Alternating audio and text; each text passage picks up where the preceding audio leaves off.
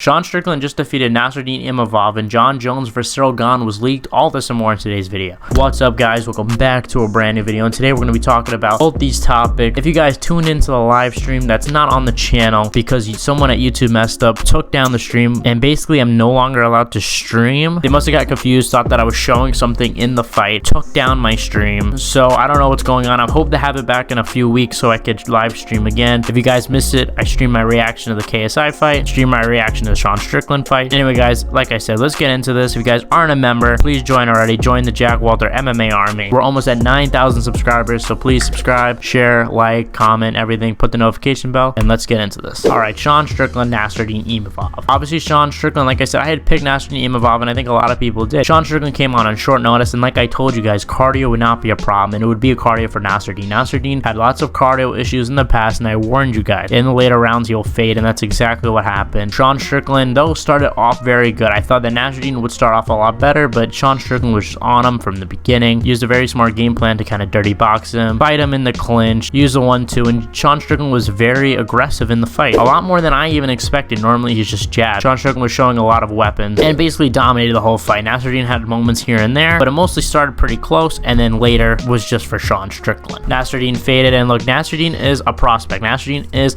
a high-level guy. I think that Nassourdine will do a lot better in the future against another opponent, and maybe, hey, maybe we reschedule that Gastelum fight. But I think next Sean Strickland should get a top guy. Sean Strickland deserves it. Let's give him a Whitaker or Paulo Costa type guy. He stepped in on short notice. Let's give him a fight away from a title shot. Sean Strickland impressed me, and I was glad that he was able to be more aggressive than he had been in the past. All right, but let me know what you guys think about Strickland and Imavov. How do you think the fight went? What do you think of the fight? What do you think about that Dan Ige knockout? That rough knockout of Damon Jackson. We love Damon Jackson on the channel. Hopefully he rests up and comes back better. And it was a great fight card all around. Let me know your thoughts in the comment section below. Officially, Ciryl Gane, Jon Jones is confirmed, and it does also confirm that Francis Ngannou got stripped of the belt, and we're going to talk about all. So for those of you that don't understand, let me talk about the timeline. Friday, I made a video about Ciryl Gane, Jon Jones, talked about how Ciryl Gane called out Jon Jones and asked him to fight. No response from Jon Jones. Then we get to the next day, Saturday morning. Saturday, it leaks on the T-Mobile building the poster for Jon Jones for Ciryl Gane. At this point, I was live streaming. Obviously, the chat went crazy telling me this. I was going crazy. There were real videos out there that was a real poster, 100% confirmed, and confirmed by Dana White. And then we also had a video of Jon Jones confirming himself that he's going to fight Ciryl Gane for the title. And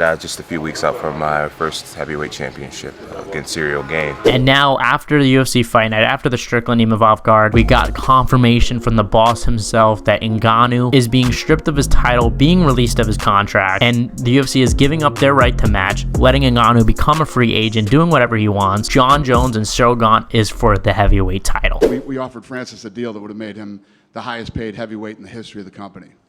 More than Lesnar, more than anybody.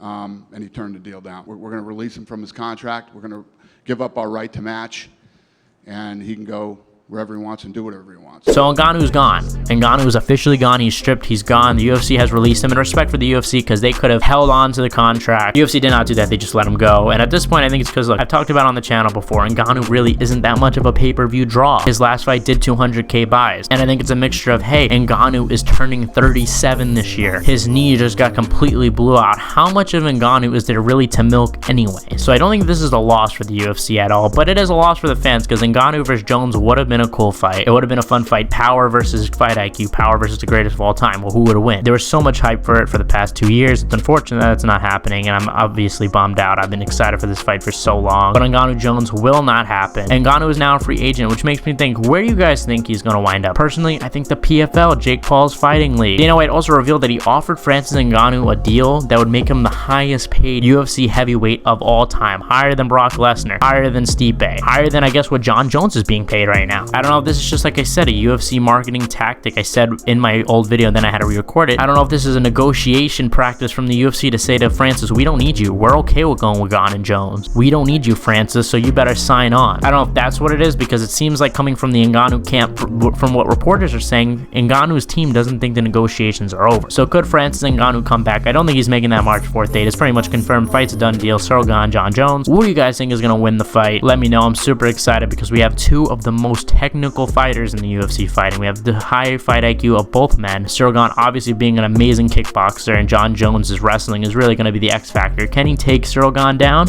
Has Ciryl Gane improved in his takedown defense? We don't know yet, and we're going to find out. But anyway, guys, I hope you guys enjoyed this video. Please like if you did, and I'll see you guys in the next one.